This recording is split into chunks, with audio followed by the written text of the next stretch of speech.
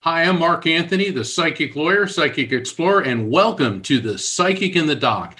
Today's Thanksgiving show, we are honored to have Jana Short as our guest. She's a world-renowned global influencer and mindset coach in the health and wellness industry.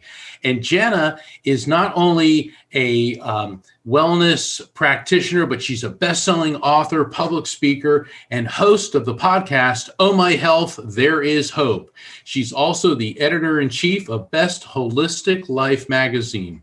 Jana has recently been recognized and featured on the cover of Los Angeles Entrepreneur magazine in September of 2020 and on Monica Garga's Influential Women of the World Global Influencers in 2020. She's also made to the cover of Las Vegas Entrepreneurs magazine, Top 25 Entrepreneurs for 2020. And let me tell you, I know Jana personally, and we are in for a special treat. I'm Mark Anthony, the psychic lawyer, and my host is... Hey, I'm Dr. Pat. I'm the other half of this amazing Psychic in the Dock team. I'm excited about this. I'm really excited about this because, I mean, look at this. Here we are today, and we are trying to figure out what next steps we take. But guess what? We are the last people to take care of ourselves, right? Oh, is she going to talk about that again? No, I'm not. I'm going to kick it back to you, Mark. Well, you know what happens is for people, not just like ourselves, but people who are the head of families, moms especially, are in the role of being everyone's personal messiah in the family and taking care of everyone else. And this Thanksgiving is different than any one I've ever been through because we're dealing with a pandemic. We're living in a volatile social and political climate, and people are under a lot of stress. A lot of folks are out of jobs right now, and Thanksgiving is supposed to be a time to give thanks and family togetherness. And there's a big question if even we're capable of doing that. And so we thought that the one person that could shed some light on this outside of Dr. Pat is Jana Short. So Jana, welcome to the show. And, Franklin Delano Roosevelt gave a speech during the Great Depression, which was probably the time that we can analogize most closely to what's happening in 2020. People were afraid. People were out of work. And his enduring comment was, there's nothing to fear but fear itself. But fear is an ever-present, gripping sensation, which is crippling people from all over the world, not just in the United States. Jana, how do you recommend people confront and deal with fear? Well, one of the first things I try to explain to people as a mindset coach is fear is perceived in the brain exactly like excitement. So sometimes it's really hard to get excited over a fear. But if you tell your brain, you retrain your brain to think that this is an excitement sort of thing, like COVID is not that exciting, I'll be really honest. I'll agree with you there. But some magical things are coming out of it, right? We're on the edge of finding a vaccine for COVID. There's some incredible things coming out. And one of the most incredible things for me is that additional time I've gotten with my family and to slow down and focus on my health and what those needs are. So there are some great things coming out of it. But one of the things I would really tell you is that your brain perceives fear exactly like it does excitement. And so if you just retrain it, it will help release some of that anxiety. Wow, that's really interesting. And I'm going to do something a little bit different here. All right, Dr. Pat, you're the behavioral psychologist. What do you say? Do you agree that fear is perceived or reacted to by the brain the same way excitement is? I've got to go to one of the most intimidating interviews I've done in 16 years. Richard Simmons. And anybody that interviews Richard has got to know one thing. You will not get a question out. And so Richard said to me in no uncertain terms, honey, you got to move your buns. You've got to move your buns. So I brought a prop. Now I got to tell you, each side is not for one side of my cheek or the other. This is a prop. And where am I going with this? The least thing we want to do is remember what will send the good endorphins, the good juice. We don't want to remember that we can pump in good juice into our neurons, into all these connectors, like some gazillion billion of them up here. We don't think about that. So I have to think about Richard Simmons every time I'm sitting on the couch, and I think I want to flip through some of my favorite, like Netflix, Apple TV, and why don't we watch 3 days of that series all at once? And I remember him saying, like for an hour, honey, you got to move your buns. Now, what has got to do with today's show? Well, I really attribute some of that and some of what he said to me for me to literally go back out and start to play table tennis again and do some other things. But when you hear it an hour show, like 1,000 times from him, and he's talking to you as the host, you don't forget it. So my question really is, we're in a unique opportunity for every one of us to literally change the world in a way that masters, Dalai Lamas, I don't care who you talk to in the spiritual realm or the consciousness realm, they have all said the same thing. But to your point, Jana, there's never been an opportunity where we're seeing people do it real time. And I would just take a moment and just acknowledge all of the men and women and children. I don't think since my life I have seen collectives of families literally enact unique transformative changes within themselves and their lives. And we talk about the downside of this.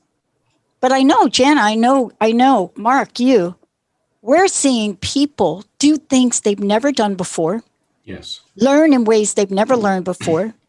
Plug into Positive Talk Radio and plug into what you have to say, Jana, in ways that they've never done before.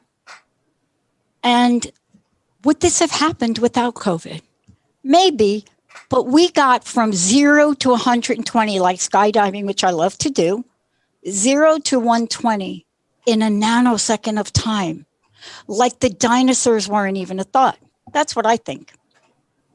I don't know how much that had to do with psychology, but I just thought, that's really what I'm seeing in the world today. So Jana, building on what Dr. Patches said, how do you feel that COVID has given opportunities for people? It's given them opportunities to do what they truly love. So a lot of people have been stuck in their jobs, having this passion to be somewhere else. And they've had nothing but time. I love it. They've had. I don't know where the props came from. Just saying. They've had nothing but time to actually live in their zone of joy and passion and create something new. So people who know me know I was an interior designer for years.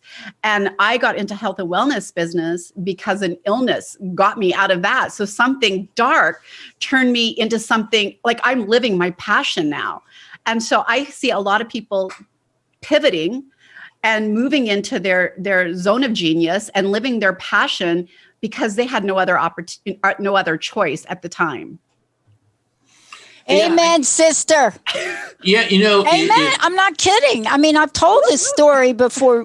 I mean, 6 months after paying a large sum of money to do 13 weeks of internet only in 2003, by the way, nobody was listening to the internet. But 13 weeks after that and starting to doubt myself, I came down with a mystery disease. I went from totally healthy to totally sick. And the only thing I could do for the next 15 years was to continue to buy airtime and do this thing that I love. How can we help people see that light through the dark? Wow. If I had the answer to that, I would, wow.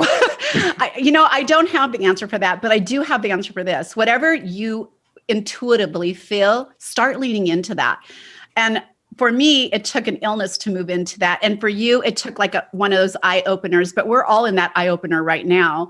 And so I definitely would say lean into that passion. There will become a way. When I leaned into this, I knew nothing about social media. I knew nothing about working on the computer. This was not my bag. I had to learn everything from scratch at the very beginning. And I will be really honest, there's a lot of it I still don't know how to do. But I found geniuses who could do it for me. But I leaned into it. And once I leaned into it, it all opened up. There was a way because I was living my passion. Well, Jana, your podcast, Oh My Health, There Is Hope, is really turned out to be quite the hit. So that seems to be something that launched during the COVID era, didn't it?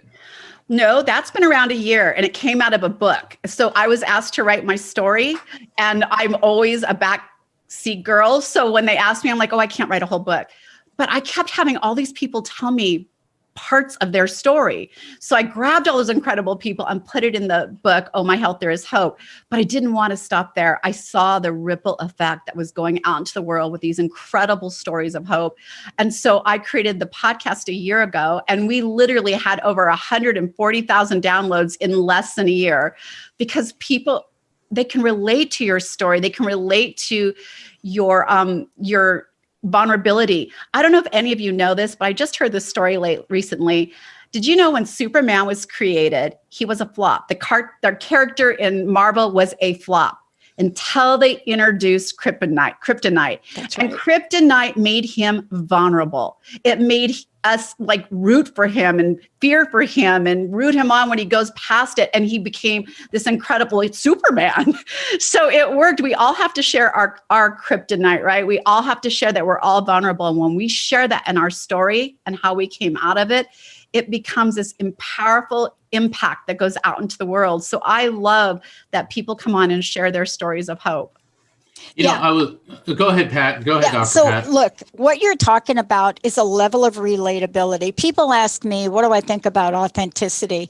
And I don't have a lot of thoughts about it because I think it's very hard for people to get to that place. But relatability, see, that's different. That's the part where we get to show up who we are, right? This is us. We get to say things that come from our heart and that we relate to everyday street smart things that people are going through, right? And see, what you did is brilliant because it's all in the stories we share in the collective of humanity, right? I truly believe that your story is what makes you unique and authentic. And when you tell it, it's like shining that beacon of light out into the world and sending those little heartbeats from your story and your lives out to touch others and draw them in. So I think telling your story is so powerful that I am constantly getting people's story and getting them out there. I have a question. in your blog, you write a lot about the vulnerability like you're talking about today. And like Dr. Pat's saying, being vulnerable makes you relatable. But speaking on behalf of my gender, for men, we're not supposed to be vulnerable, and this is like the grief work that I do, men who are afraid to cry when they're grieving for a loved one. So what advice, Jana, do you have for men about showing and embracing their vulnerability? Well, I can tell you that I think there's nothing more sexier than a man showing his vulnerability, because one, they trust you. One, I become more relatable to them. So men, it is super sexy. That doesn't mean I want you crying at every single movie or at the drop of a hat. But women find that can tap into your emotions and express them with us extremely sexy. So if you want to be sexy, start being real. Okay. Yeah, can I add something about this? Just to be really clear for a minute. The men that started the human potential movement, I'm going to go back a few years, so I don't know how old you two were, but those people that started the human potential movement, when we look at the men, they have one thing in common that they shared. And I know men don't like to talk about this as vulnerable, but even when you go back and you talk to Jack Canfield about how Chicken Soup for the Soul got done, or Rich Dad, Poor Dad, Rich, I don't know, whatever that book was, when you go back and you hear their stories, they have one thing in common. They failed and then they overcame that failure. So even though they don't talk about vulnerability so much, they have the market on using fail and overcoming obstacles. And it has been part of that. They just don't do it crying. But they do talk about the fact that they were down and out, 165 rejections of Chicken Soup for the Soul. And somehow they got dragged to this one last place where they were down in Florida, down and out. They walked around the publisher's house and they went and they're on the way out. And there's this one lousy little booth over there with this man over there. And they stopped by the booth, Mark and Jack, and they're like, here's my book, Chicken Soup for the Soul. And the publisher guy's like, oh, I love it. Now, all the other publishers that said no, they're not really laughing. So you want to talk about vulnerability, that's them. But this is a place where I guess the question is, how do we honor each person's view when we do become vulnerable? How do we show that level of empathy and compassion for each other when maybe my male friend cries during Sleepless in Seattle? It's okay. I don't even cry through that movie. I hate to admit I never saw it. But I've been sleepless and I've been to Seattle, so maybe that would count.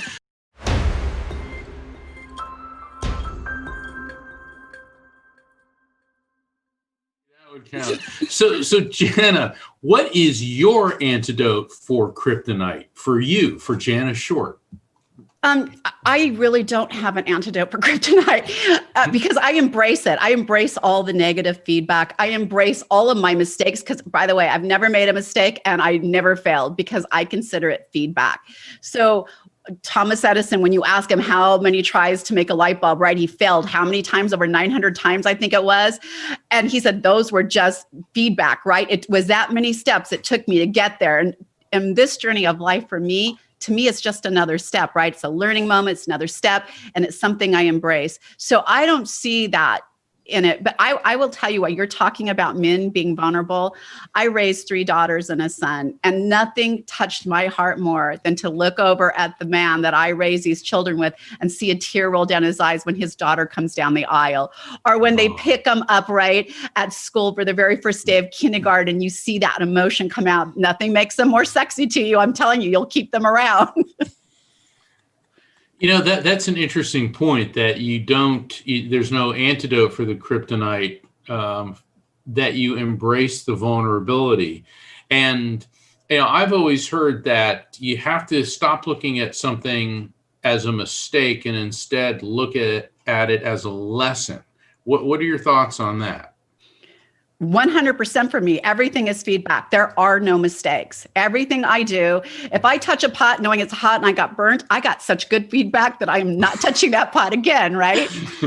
So it's all feedback. Sometimes I need multiple feedback before I actually figure out the lesson. But after almost dying, like when you get that close to death and you are like, people ask what that was like. I'm like, it's got to feel like what it feels like to walk into the gas chamber being sentenced, right? You have this dread and this horrible feeling that the hope is gone.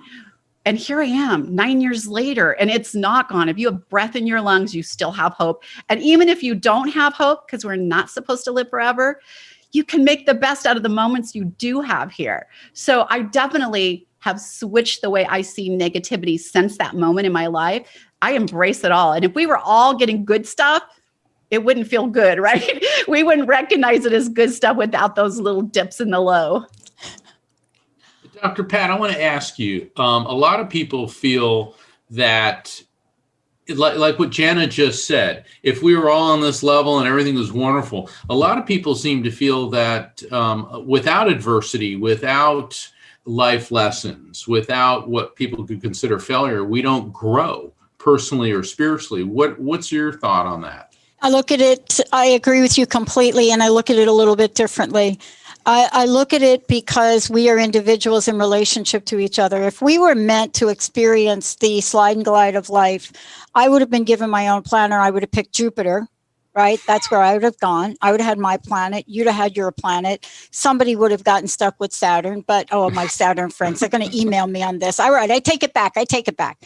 But even Saturn in all of its glory teaches us a lesson. And so the way I look at it is, it's not so much about the challenges that help us grow. It's about what we go through with each other that gives us the opportunity to grow. Because sometimes you could step in a pile of you know what, and you're just thinking, I ain't going to grow. I'm just going to get deeper shoes. But that to me is the key. And I just want to say one thing. I've had a lot of angels in my life. I had an angel when I was homeless. I had an angel when I was arrested for something I didn't do in the courthouse at 19 years old. I've had a lot of angels along the way. And I think the key for us as humanity is to give recognition to those people that have helped us get where we are. Even the police officer that arrested me for that thing. See, and I think if we could put that in perspective to human, then what we look at is, how do I pivot to my purpose? How does this catastrophic, illness maybe, look, I've been fired from every job I have. How do I pivot to purpose? See, that's my thing. How do I pivot to purpose? And for me, I'm from New York, so it's going to be all street smart pivoting. There's no way that I'm going to take a curve that is like something like 180 degrees when I can make that curve at 30. But what do we learn in any obstacle if we don't have to learn from each other in it, right? I'm not so sure I would have learned anything if it wasn't in context to other humans. So this year, we're facing an unusual Thanksgiving. I think everybody across the board agrees with that. And, we're always supposed to give thanks. But I want to talk about the F word, forgiveness. So, Jana, how do people need to find or need to ask for forgiveness? And why is forgiveness so difficult for people to extend? Wow. I feel like it's so difficult to extend because we feel like we're saying they're right and we were wrong, right? So it's hard to forgive. Here's the thing. Forgiveness is the most selfish thing you'll ever do because it's really not for them. It's for you. So I've written blogs. I do talks all the time about forgiveness. Forgiveness isn't for them. You're not agreeing with them. Forgiveness is for you to put it where it needs to go, get it out of your life and move forward, taking whatever pieces you want to take with you. So forgiveness literally is the most selfish thing you can give because it's all about you. Well, that's a fascinating way of looking at it. I read something, actually I wrote about it in my book, Never Letting Go, about how somebody asked the Dalai Lama about forgiveness. And he said, when you need to forgive someone, walk up to them, look them in the eyes and say, I forgive you. And then turn and run as far away from them as you can. And, when I first read that, I thought it was funny. And now with what you said, it's starting to make sense. Yes, forgiveness, you're telling another person that I acknowledge what you did to me. It doesn't necessarily mean you're forgetting what they did, because you're learning from it. But it's about us. Because, how many times do people, and I'm going to pose this question for our listeners. How many times do you churn there at night being angry at someone or angry at something in your past? And Dr. Pat, I know that we've talked about this a lot on the show, not just on our show, but when I've appeared on your show, the Dr. Pat show. How do you find forgiveness as an important thing that people should be focusing on, let's say this Thanksgiving? I want to ask Jana this question, because one of the things I love, I'm right there with you on this. I learned that definition of forgiveness in a 12-step program. And I'm not going to talk about the 12-step program because they'll track me down. But I learned about it in that program. And it's one of the most difficult and transformative things you could do is walk through those steps. But I want to ask you this, because somewhere along the way, you got to change what's going on up here, right? Can you just share from your perspective, Jana, about that? Because I know I'm talking very lighthearted about some of this, but none of any of it would have changed if I didn't change my mindset, right? I'm not saying I'm changing beliefs per se, but I'm changing my perspective on it. And forgiveness, isn't it one of those things to be able to say, look, I'm going to take this road. I don't condone what you did, but boy, am I letting you go because I need to release you from me. How do you work with people up there? So I will tell you, I think mindset's a key to everything, because we have to change the way we think, the way we receive, the way we perceive.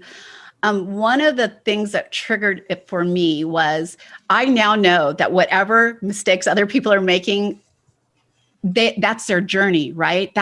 If you're an alcoholic, like I'm going to talk a little bit about my dad. My dad was an alcoholic. He left when I was 5. I had a lot of resentment and hate towards him. We didn't have a great relationship. I could have lived that victim life, poor me. And I was, by the way, I was living that life. I went to his funeral and nobody knew who I was. I was his only child, his only surviving child. Nope. How do you know him? Like, it's my dad.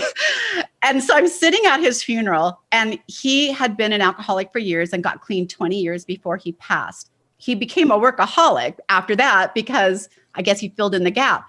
But having said that, I'm sitting at his funeral and I'm watching, there's this line of people. The funeral was 4 hours long, and person after person after person kept coming up to the mic and saying, when I met Lonnie, I was in the streets. My wife had thrown me out. I was homeless, and he picked me up and he was there. And all of a sudden, it was like an angel tapped me on the shoulder and said, are you getting this?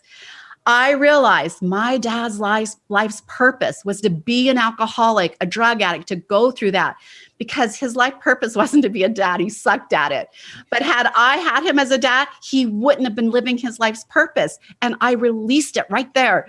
I never had any resentment towards my dad afterwards. It was a huge mind shift. I saw the good he did. And had he been my dad, he couldn't have done that, right? So now when something's going on and I have to make that shift in my brain, I know that person's on a journey.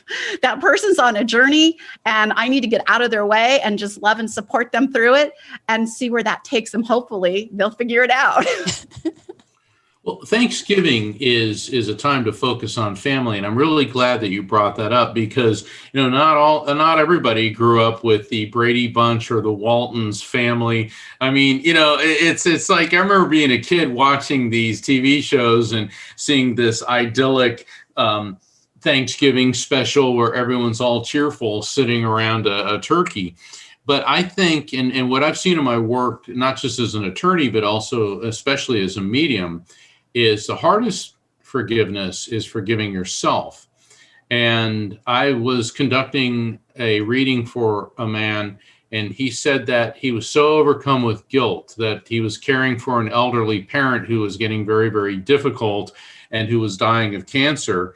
And he just got so frustrated with the dementia, the sundowner syndrome that the doctors weren't telling him or his family. And sundowner syndrome is when it starts getting dark, elderly people become agitated and irrational. And there's several theories biologically why this happens.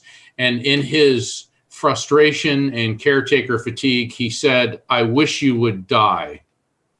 And then he caught himself and realized what he'd said. And even though his father lived another month before passing, and even though every day after that he kept saying, "I love you, I love you." And during the reading, his father's spirit did say, stop beating yourself up. But this man simply cannot forgive himself.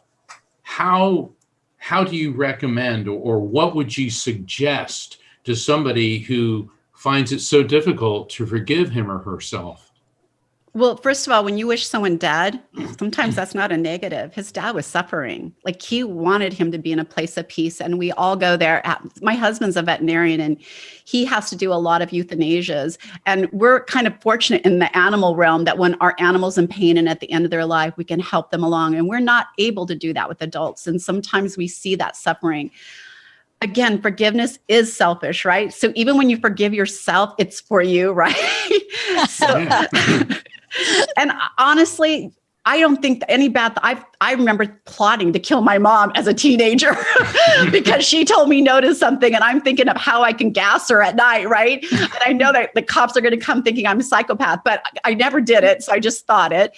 But I didn't have guilt about that because I understand now as an adult, it's a process a teenager goes through. I'm sure we all wanted to off our parents at some point. Yeah, teenagers. Yeah, I represented a lot of juvenile clients, and unfortunately, sometimes they actually do. But in the, let's call it, mainstream society, that doesn't happen. But yeah, it gets very frustrating. And the people that we love are the ones that they know what buttons to hit. I mean, nobody can really tick you off as much as somebody you love. People you don't know or don't care about, they may be irritating, but nobody can punch those buttons the way someone who loves you or somebody you used to love, as in divorces. And it's a very good point. Forgiveness is selfish. So let me ask you this, Jana, is being selfish always a negative thing? I don't think it's ever a negative thing to care for ourselves first. All we have control over is ourselves. So what we do with ourselves, as far as what we feed ourselves, how we nourish our minds, how we nourish, our relationships, we're in charge of that. It's the only thing we are in charge of. So it's never selfish to be doing for yourself. So as a mom, I remember the kids having the flu, all of them having the flu, and then I catch it. All I want is one day by myself to lay down, right? And you can't, because one's throwing up and the other is, maybe back to school, and it's craziness. But taking the time to take care of myself helps me show up to be a better mom, a better wife, a better human being. So it's not selfish. And I just think that, I don't know why it ever became selfish. I think it's something embedded into us as kids to always be doing for others, always showing up for others. And it's just a hard break to get out. But you need to remove that block in your mind, because it is never selfish to do for yourself first. Mark, I want to say something to you, because I don't want this to go by. I don't want it to be overlooked. In the world that I live in, your body of work and what you just described and your work with that individual, there's nothing more powerful than witnessing another person. There's absolutely nothing more healing than to have a compassionate heart and a compassionate set of eyes and a compassionate sense, fifth, sixth dimension, whatever you want to call it. There's nothing more powerful for somebody that is that wounded. And I call it in a very, just be clear, wounded in a way that they cannot let go of something that's so holding on to them, that resentment. And Mark, you have to acknowledge the body of work you do, because all of these people you speak with, all of the connections you make for them that they can't make for themselves, every time you do that, you're healing a part of them. And I just didn't want to, Jana, I didn't want to go by without acknowledging that. That is something that we too often don't do. There's a reason I did not pick clinical psychology. I could not listen from a clinical pathological perspective, because then I'm not listening to understand, I'm listening to diagnose. And so what you do, Mark, is you listen from such a pure perspective. And that is really a gift. That's angelic to me. That's a Thanksgiving gift that many people wish they had right now, I think. Well, I appreciate that. And also that's what you do as well, Dr. Pat, in your work on the show, and what Jana, you do. And that's why we're having this show for Thanksgiving, because sometimes giving thanks isn't, oh, I won the lottery, so thank you. I mean, that would be nice, but we're giving thanks for the reason we're giving thanks for things that are taking us to our very core. In 2020, particularly during the lockdown back in March, I live on a barrier island in Florida, and I noticed for the first time parents with their children, people walking, and everybody walking in the morning, and everybody, all of a sudden, people were spending time with their kids, people were spending time with each other. And yeah, it was difficult. And yeah, we were all having difficulties with work. But what we have seen through this is it's kind of been a reset button. A lot of families have lost loved ones.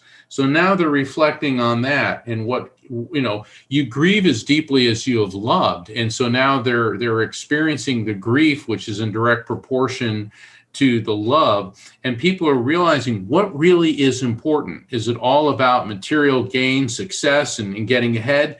Those are wonderful objectives. But what I'm hearing both you, Dr. Pat, and what you're saying, Jana, is that this Thanksgiving, what we're seeing is what is truly important, is the people we love, and that we must love ourselves enough to take care of ourselves.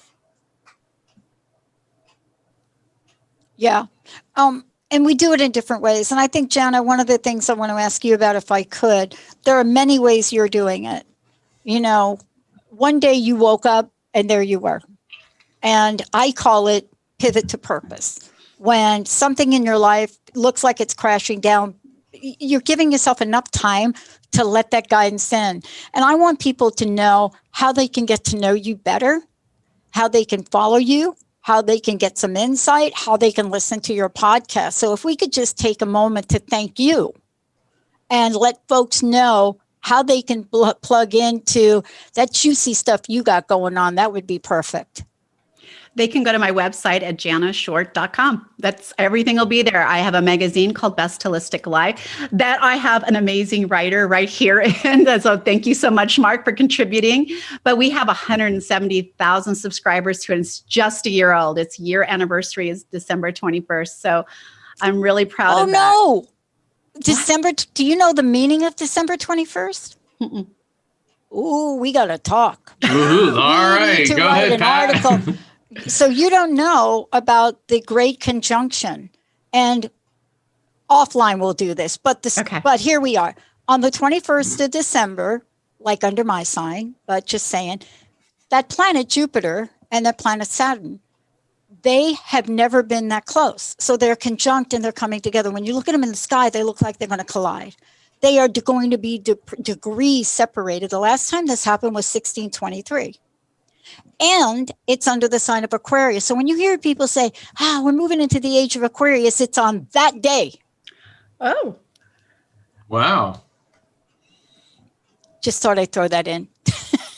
No, that's cool. We can edit that out, but I just needed to go there for a minute. So Jana, Best Holistic Life magazine. Now, certainly I'm biased since I'm one of the writers, but why this magazine, and why is it so relevant right now? Because it talks seasonally, right? And it's about holistic lifestyle. So it's got the mental aspect, the spiritual aspect. It even has like nutritional aspect. There's so many different aspects from the incredible writers that I pulled together in the magazine. There's no ads in it. It literally is a magazine to help keep you moving.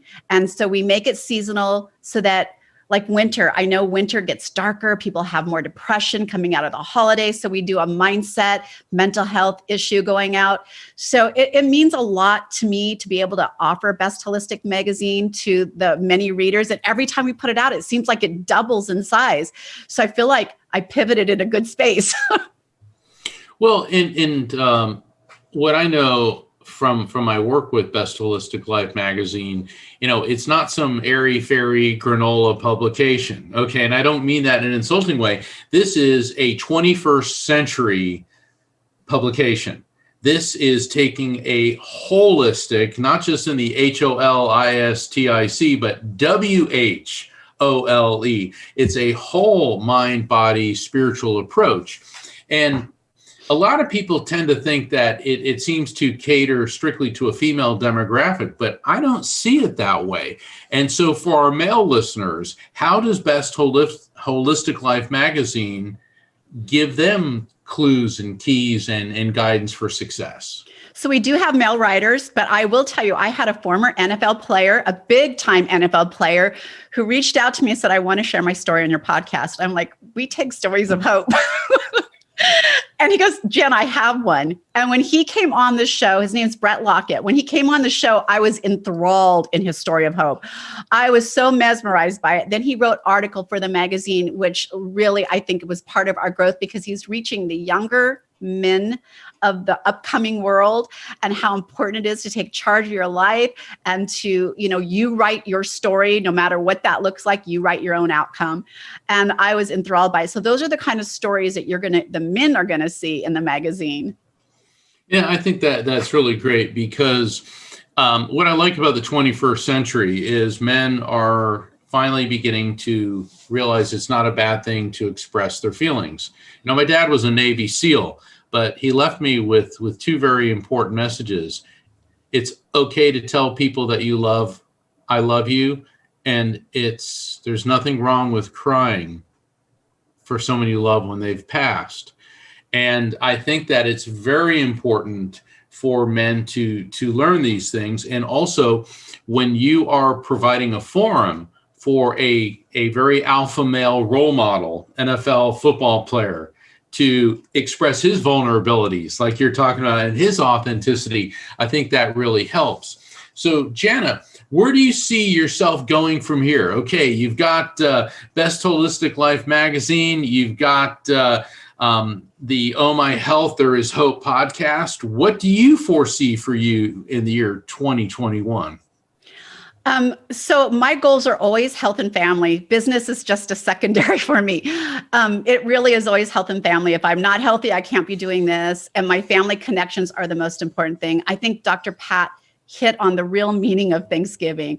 Every single one of us, we have the same thing in common. We're looking for love, human connection, and forgiving of ourselves and others. And so it's been a beautiful message throughout this whole show because that's exactly what connects all of us together, what our uniqueness is together.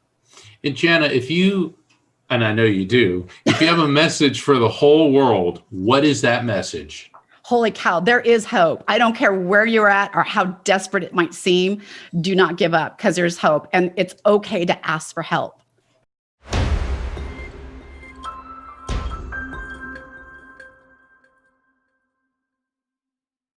Hey, everybody, welcome back. Welcome back to Psychic and the Doc with me, Dr. Pat, and of course, Mark Anthony, the incredible psychic lawyer, psychic explorer, and witnesser extraordinaire. Today, Jana Short is joining us here today. And in these interviews, they're short. You don't get to know all of what's in the heart of somebody, but today you all have gotten a sneak peek of this and of who she is.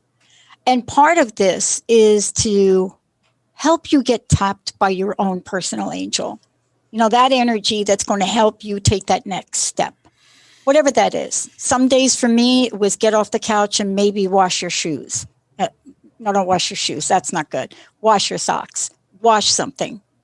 But today, Jana's joining us here today because she has taken her passion and purpose, that thing she did pivot to, from an obstacle, from a challenge. Jana, it's great to have you one more time. I would love for you to share how people can get to know you, connect with you, and join the vibe.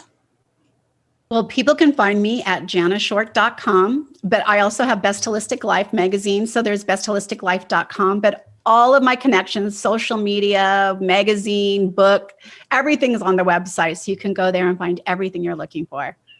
And I want to ask you about this. So look, when I started this, I'm a kid from the projects in New York. The fact that I'm doing a show like this, or even able to say the word psychic, it's like a miracle.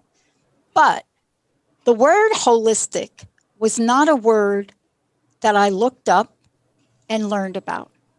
Like you, like Mark, we had to go through giant obstacle to understand there was more than just the moment we're in, more than just this or that, more than the job, and more in the realm of healing. What has holistic come to mean to you today? Holistic literally gave me my life back. So it means survival. It means a healthier, whole way of living. So when I was sick, I was told I was going to die and sent home to die. And I came home thinking I was going to die. This is where that mental shift comes in your head. My daughter had a new baby who was 9 weeks old. So I was there at his birth, been in the hospital for 9 weeks, and she brings him to me. And I remember thinking, how will he remember me? Like, I'm going to be gone. He's so little. He won't know simplest things like what I smelled like, what I laughed like, or what it felt like to have, how the grandmas kiss you and hug you. He's not going to know any of that. He will not know me at all. And I was desperate to make a memory. And I got on my keyboard. I come from a pharmaceutical background. Husband's a veterinarian, ex is an internist. I only know medicine. And these very smart doctors told me there was no hope. And I got on my computer, desperate to make a memory, and I typed in those words, desperate for health answers. And all of this holistic stuff started popping up. And honestly, I felt like the dumbest person in the world because I was like, what? Is this new? No, it's not new. It's ancient. It's stuff that we've had access to all our lives. How am I 51 years old and not know anything about it? And so I just started researching more and more. And the more I did not want to go back to interior design, I educated myself in the holistic field. And if I don't know about this, there's others out there who know nothing about it. And it made it my mission to make sure people knew they had options, right? So that was your aha moment, is what it sounds like. And that brings me to my question. People are constantly asking, well, why am I here? What is my purpose in life? And a lot of what you do is to help people find that. But you can't tell somebody what their purpose in life is. So how does somebody recognize what their purpose in life is? Wow. You know what? Already. It's been yelling at you this whole time. Like when people are breaking up out of relationships or doing something wrong, we have that intuitiveness inside of us already telling us, bad thing, don't do it. And yet we tell ourselves, oh, it's okay. And you make excuses for it and you do it anyways. You already know what your purpose is. You really do. It's been embedded in you. That wasn't my purpose. All of a sudden, God had to take me, or whoever my higher power is, had to put me in a position where I was willing to receive that message. And so I don't want to go there again. So I'm totally open to any messages being sent to me. But I definitely, as an intuitive and empath, I think, and knowing that I was since I was 16 years old, I think I was super in tune to listening to that message. And so I knew that that was my journey. And the minute I, like I said, leaned into it, nothing but joy came out of it. So I knew I was on the right path. I think that's really important for people to understand that they actually have to listen to their inner self, their inner voice. And that's part of the holistic approach is calming your mind. Meditation doesn't have to be an hour or 2 hours long. It can be a couple minutes, but you need to get that inner quiet so you can listen to that inner voice. And you're right. How many times do people say that, oh, I'm trapped in a relationship? Well, how is it that you're trapped? Aren't you agreeing to be trapped in that relationship? And once you realize that you are in control of your life, doesn't that then give you the key to the cage? Well, it should. It should, but sadly, in many cases, it doesn't.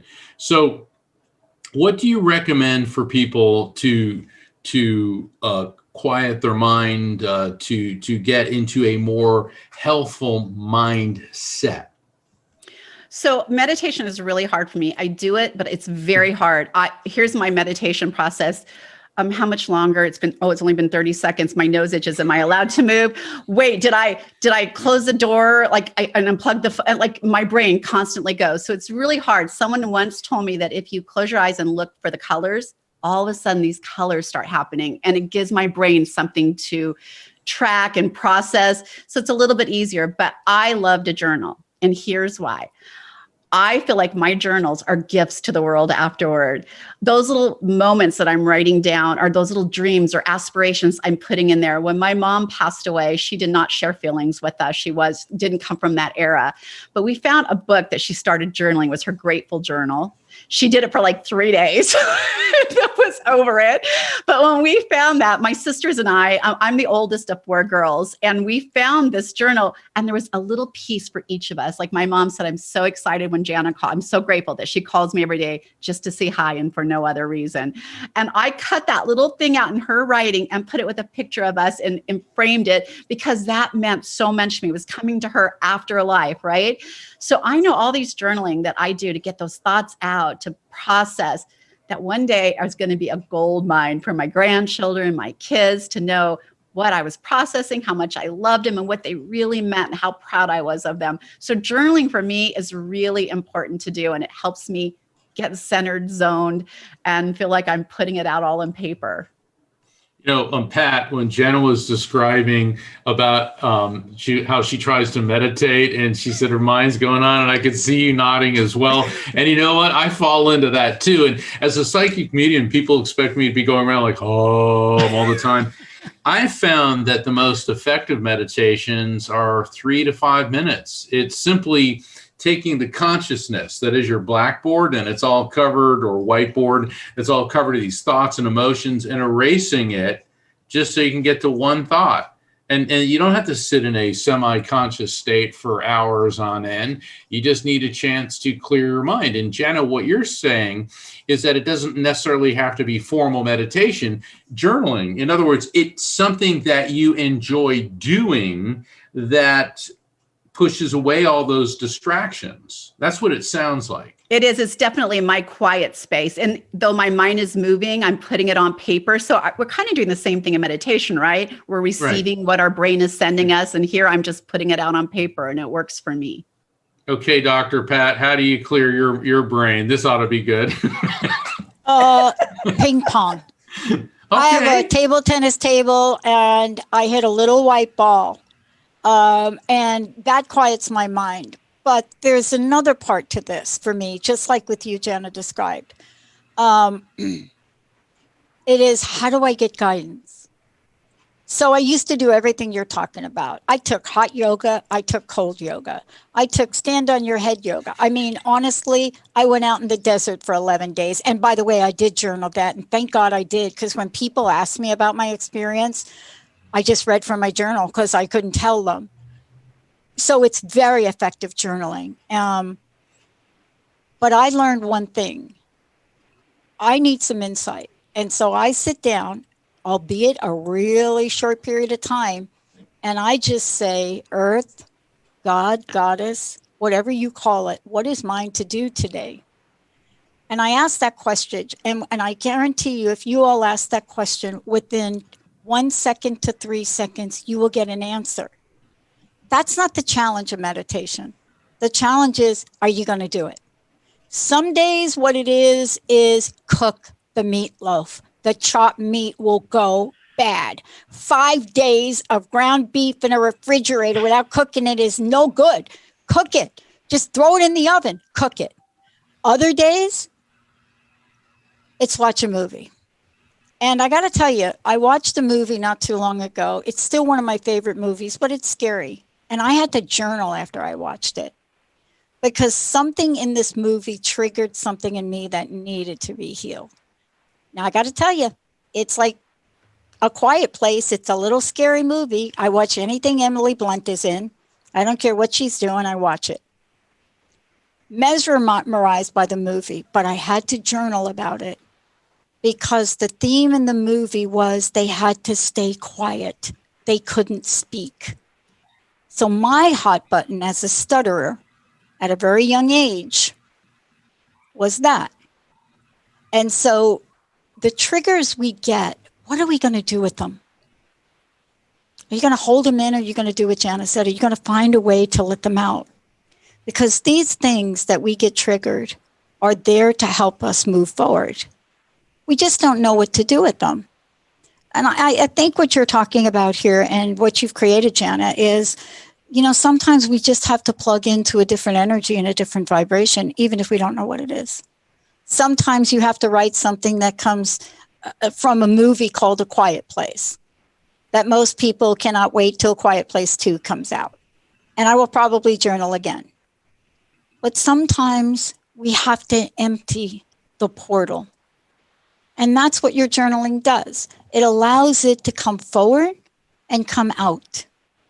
And if we don't let things come forward and come out, can you imagine the buildup from 365 days of a year, from 10 years, 365 times 20, 365 times 30, times 40.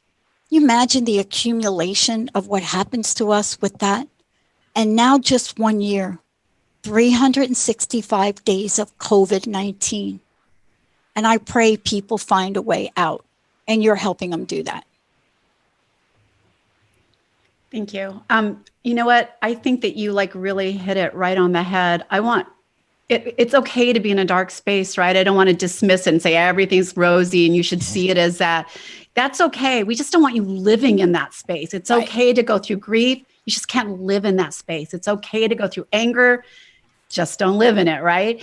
And so you want to move into a healthy space for you. All those emotions you're feeling right now, all those fears, concerns, anxiety, those are all normal. We're all going through it. We just don't want you to live in that space. We want you to move out of it, take that with you, and move into a better space. Yeah. The worst moment of my year this year was when my table tennis robot broke. Now, you may be thinking, seriously? No, because hitting a little white ball where everything around me stops, and I have to focus on a ball coming at me at 60 miles an hour and hit it that way. And I don't want to show you the black and blue marks I have from not focusing. But whatever it takes for people to find that release, like you talked about, whatever it takes, it's enough. You're enough. It's enough. We're enough. Ping pong, shooting craps, whatever. I'm not shooting craps, but ping pong, whatever that is for you, however you spend it, and then feel this release and letting your heart open. It will help us all to a kinder place, I think. Yeah, what I'm hearing from both of you is that it's the distractions in our life that create the negativity and the stress and get us off the track. And so it doesn't matter if we're sitting on a mountaintop meditating or journaling or playing ping pong. For me, it's walking. I like to walk.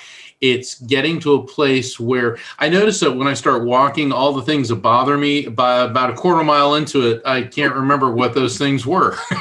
and that's the whole point. And I think this Thanksgiving, we've got a lot of distractions and a lot of negativity going around us. So whether you're spending it, social distancing with family or by yourself and having a Zoom or Skype Thanksgiving, remember, it's only a distraction because you do love your family, you do love your friends, and most importantly, you do love yourself. And so for this Thanksgiving, give yourself an extra helping of helping yourself. And I want to thank you, Jana, for being our guest. How can our listeners find out more about you? They can go to janashort.com and find out about me there. There's tons of good stuff for you there. There's blogs, there's your book. There is your podcast. And so I recommend very highly everybody go to janashort.com and become a subscriber to Best Holistic Life magazine and tune into Jana's podcast, Oh My Health, There Is Hope. Thank you, Jana, for being our guest. And as always, Dr. Pat, you hit the nail on the head.